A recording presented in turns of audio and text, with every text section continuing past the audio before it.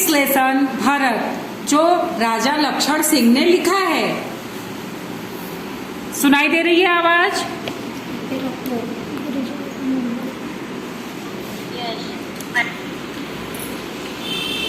1926 में आगरा में जन्मे राजा लक्ष्मण सिंह हिंदी, अंग्रेजी, संस्कृत, फारसी, बांग्ला और अरबी भाषा भलीभांत जानते थे।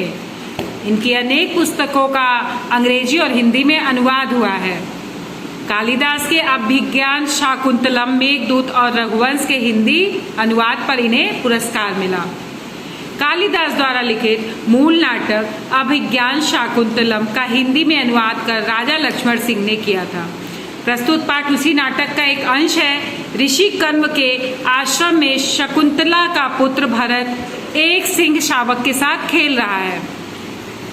आश्रम में रहने वाली दो तपस्विनियां बालक को रोकने का प्रयत्न कर रही हैं। राजा दुष्यंत छुपकर इस मनोहर दृश्य का आनंद ले रहे हैं। बालक के प्रति सहज आकर्षण से वे रोमांचित हैं। उनसे रहा नहीं गया और वे बालक के पास पहुंच गए। उसे गोद में उठाकर प्यार किया। वे सोचने लगे, काश यह बालक मेरा पुत्र होता। दोनों तपस्विनियों की बातचीत से उन्हें पता चला कि वह बालक उन्हीं का पुत्र है। यह जानकर खुशी से वह झूम उठे। तो बच्चों, यह एक नाटक है, ठीक है।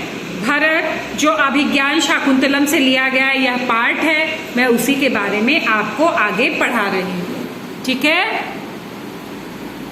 इसमें पात्र 4 हैं। पहला जो बालक बना है वो भरत है। राजा, उनका नाम दुष्यंत है। और तपस्विनी 2 हैं, जो पहली और दूसरी है। तो दृश्य पहला है, देखो। एक बालक सिंह के बच्चे को घसीटते हुए लाता है और 2 तपस्विनियां उसे रोकते हुए आती हैं। राजा दुष्यंत पेड़ की ओट में से उन्हें देख रहे हैं। बालक बोलता है, अरे सिंह, तू अपना मुंह खोल, मैं तेरे दांत गिनूंगा। तो पहली तपस्विनी बोलती है, ए हठीले बालक, तू वन के इन पशुओं को क्यों सताता है? हम तो इन पशुओं को बाल बच्चों के समान रखते हैं। तेरा साहस बढ़ता ही जाता है। तेरा नाम ऋषियों ने सर्वदमन रखा है, सो ठीक ही है। तो दुष्यंत उनकी बातें सुनकर स्वयं से बोलते हैं, मतलब अपने आप से बोलते हैं, आहा, क्या कारण है कि मेरा स्नेह इस बालक की ओर उमड़ा सा जाता है। दूसरी तपस्विनी ने कहा, जो तू इस बच्चे को छोड़ न देगा तो सिंहनी तुझ पर दौड़ेगी। तो बालक मुस्कुराकर कहता है, ठीक है, सिंहनी का मुझे ऐसा ही डर है, मुंह चिढ़ाता है। तो दुष्यंत आश्चर्य से बोलते हैं, यह बालक अवश्य किसी तेजस्वी वीर का पुत्र है। इसका मुख अग्नि के समान दमक रहा है। ये बच्चों 36 नंबर पेज का था। Now we goes on page number 37, okay. पहली तपस्विनी बोलती है, हे बालक, सिंह के बच्चे को छोड़ दो, मैं तुम्हें खिलौना दूंगी। तो बालक हाथ फैला करके बोलता है, पहले खिलौना दे दो, लाओ कहाँ है? तो दुष्यंत दूर से ही बालक की हथेली को देखकर स्वयं से कहते हैं, आहा, इसके हाथ में चक्रवर्तियों के लक्षण है। उंगलियों पर कैसा अद्भुत जाल है और हथेली की शोभा प्रातः कमल को भी लज्जित कर दे। दूसरी तपस्विनी बोलती है, हे सखी सुव्रता, यह बातों से न मानेगा। जा मेरी कुटिया से ऋषि कुमार के खेलने के लिए मिट्टी का मोर रखा है, उसे ले आए। तो पहली तपस्विनी बोलती है, मैं अभी लिए आती हूँ, और वह चली जाती है। बालक बोलता है, जब तक मैं इसी सिंह के बच्चे के साथ खेलूंगा। यह कहकर तपस्विनी की ओर देखकर हंसने लगता है। दुष्यंत राजा अपने मन ही मन सोचते हैं, इस सुंदर बालक से खेलने को मेरा मन कैसा ललचाता है। आह भरकर धन्य है वे मनुष्य जो अपने पुत्रों को गोद में लेकर अनेक अंग की धूलि से अपनी गोद मैली करते हैं और पुत्रों के मुख अकारण हंसी से खुलकर उज्जवल दांतों की शोभा दिखाते हैं और तुतले वचन बोलते हैं। राजा दुष्यंत अपने से बोलते हैं, वह बहुत ही मनुष्य सौभाग्यशाली है जो अपने गोद में अपने बच्चों का तुतलाता हुआ बोलता और उनकी धूल को अपने गोद में महसूस करता है। दूसरी तपस्विनी बोलती है, क्यों रे ढीठ, तू मेरी बात कान नहीं धरता? इधर उधर देखकर कोई ऋषि कुमार यहाँ है? दुष्यंत को देखकर, हे महात्मा तुम ही आओ और कृपा करके इस बलि बालक के हाथ से सिंह के बच्चे को छुड़ा दो। दुष्यंत पेड़ की ओर से बाहर आते और कहते हैं, अच्छा। बालक के पास जाकर और हंसकर बोलते हैं, हे ऋषि कुमार, तुमने तपोवन के विरुद्ध यह आचरण क्यों सीखा है जिससे तुम्हारे कुल की लाज जाती है?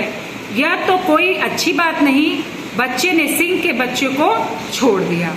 देखो बच्चों, पिक्चर में भी बच्चा एक है भरत, दुष्यंत राजा और तपस्विनी है। जो भरत जो है किसी शेर के बच्चे को हाथ में लिए हैं। तो अब हम लोग पेज नंबर 38 पढ़ते हैं। आ जाओ पेज नंबर 38 नंबर पेज खुल गया। अब आप लोग देखिए, दूसरी तपस्विनी बोलती है, हे बड़भागी, यह ऋषि कुमार नहीं है। तो दुष्यंत बोलते हैं, सत्य है, उसके काम ही ऐसे साहस के हैं, यह ऋषि कुमार नहीं जान पड़ता। परंतु मैंने तपोवन में वास देख इसे ऋषि पुत्र माना है। बच्चे की हथेली को अपने हाथ में लेकर स्वयं से बोलते हैं, आहा, जब इसका हाथ छूने से ही मुझे इतना सुख है तो जिस बड़भागी का यह बेटा होगा उसे कितना खुशी या हर्ष होता होगा। दूसरी तपस्विनी बोलती है, दोनों एक दूसरे को देखकर बड़े अचंभे की बात है। दुष्यंत, तुम्हें क्यों अचंभा हुआ?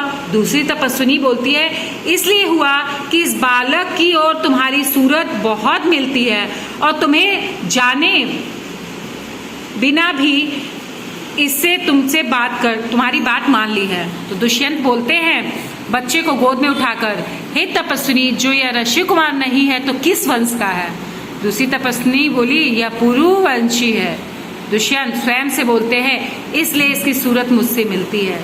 बच्चे को गोद से उतारकर, पुरुवंशियों से यह रीति तो निश्चित है कि युवावस्था में वे महलों में रहकर पृथ्वी की रक्षा और पालन करते हैं और वृद्धावस्था में अपने वन में जितेंद्रिय तपस्वियों के आश्रम में वृक्षों के नीचे कुटी बनाकर रहते हैं।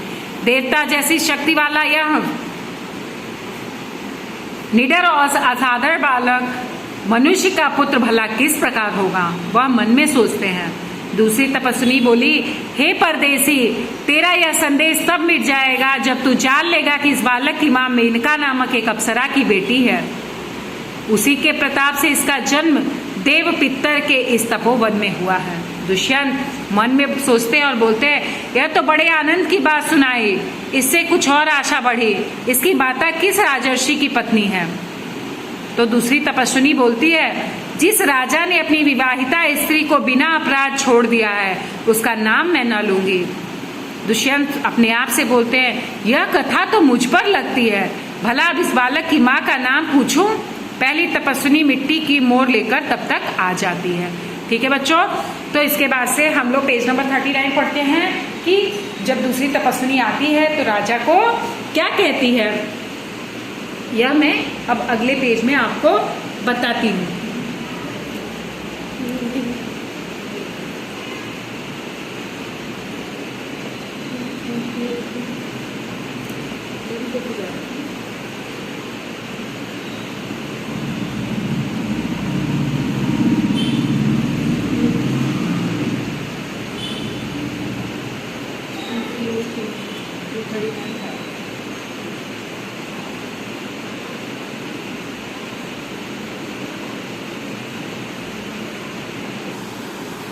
पहली तपस्विनी बोलती है, हे सर्वदमनीय शकुंत लावण्य देव।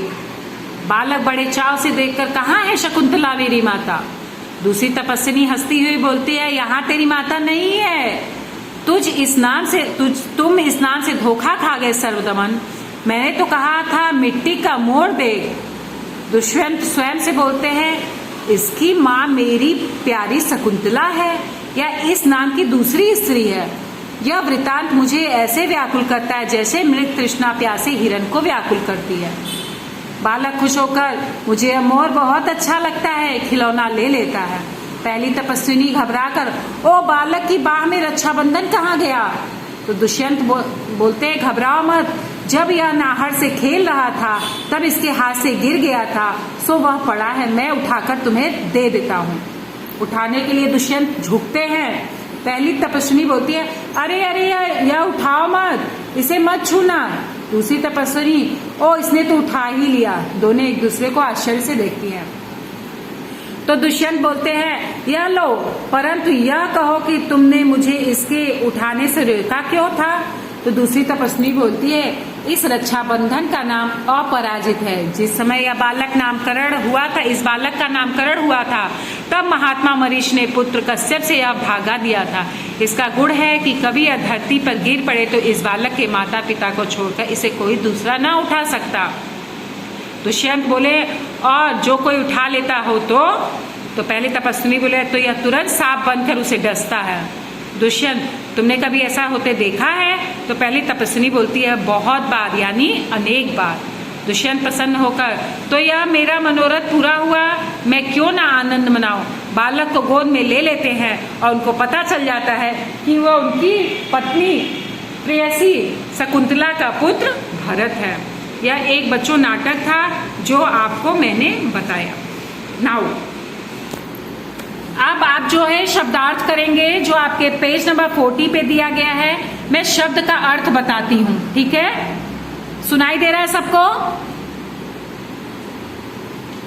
सुनाई दे रहा है? ठीक है। तो तपस्विनी मीन्स होता है तप करने वाली स्त्री। अचंभा मीन्स होता है हैरानी। हठीला मीन्स होता है जिद्दी। सर्वदमन में सबका दमन करने वाला, मतलब सब पर विजय प्राप्त करने वाला दुष्यंत पुत्र भरत। उज्जवल मीन्स होता है चमकता हुआ। चक्रवर्ती मीन्स होता है समुद्र तक पृथ्वी को जीतने वाला, वह होता है चक्रवर्ती। तुतले वचन मीन्स तुतलाकर, यानी अटपटे शब्द बोलना। ढीठ मीन्स होता है जिद्दी। आचरण मीन्स होता है व्यवहार। बड़भागी मीन्स बड़े भाग्य वाला। कुल मीन्स वंश। वृद्धावस्था मीन्स बुढ़ापा। जितेंद्रिय मीन्स जिसने अपनी इंद्रियों को जीत लिया हो। नाहर मीन्स शेर या सिंह। देवपिता मीन्स देव और पूर्वज। विवाहिता मीन्स शादीशुदा स्त्री। परदेसी मीन्स दूर से देश का। शकुंत लावण्य मीन्स मिट्टी का सौंदर्य। वृतांत मीन्स वर्णन या हाल। मनोरथ मीन्स मन की कामना, इच्छा। ओट मीन्स आड़ या अवरोध। बच्चों, इसको आज का डेट डाल करके 25 का डेट डाल करके आपको ये शब्दार्थ करना है। बाकी का PDF मैं नेक्स्ट क्लास में आपको भेजूंगी। आप सबको ये लेसन समझ में आया? बच्चों, लेसन समझ में आया? सुनाई दे रहा है? और लेसन नंबर 7 में वीडियो नहीं भेजूंगी, क्योंकि लेसन नंबर 7 जो है वो चित्र पाठ है, तो मैं उसका PDF इन दोनों का एक साथ करके भेजूंगी, ठीक है। तो अपना ख्याल रखना, वर्कबुक और टेक्स्ट बुक अपना तैयार रखना। मैं कॉपी चेक कर सकती हूँ मंगा के। और FA1 आने वाला है, सारे बच्चे अपना पढ़ाई करेंगे, ठीक है। कुछ पूछना है आप लोगों को?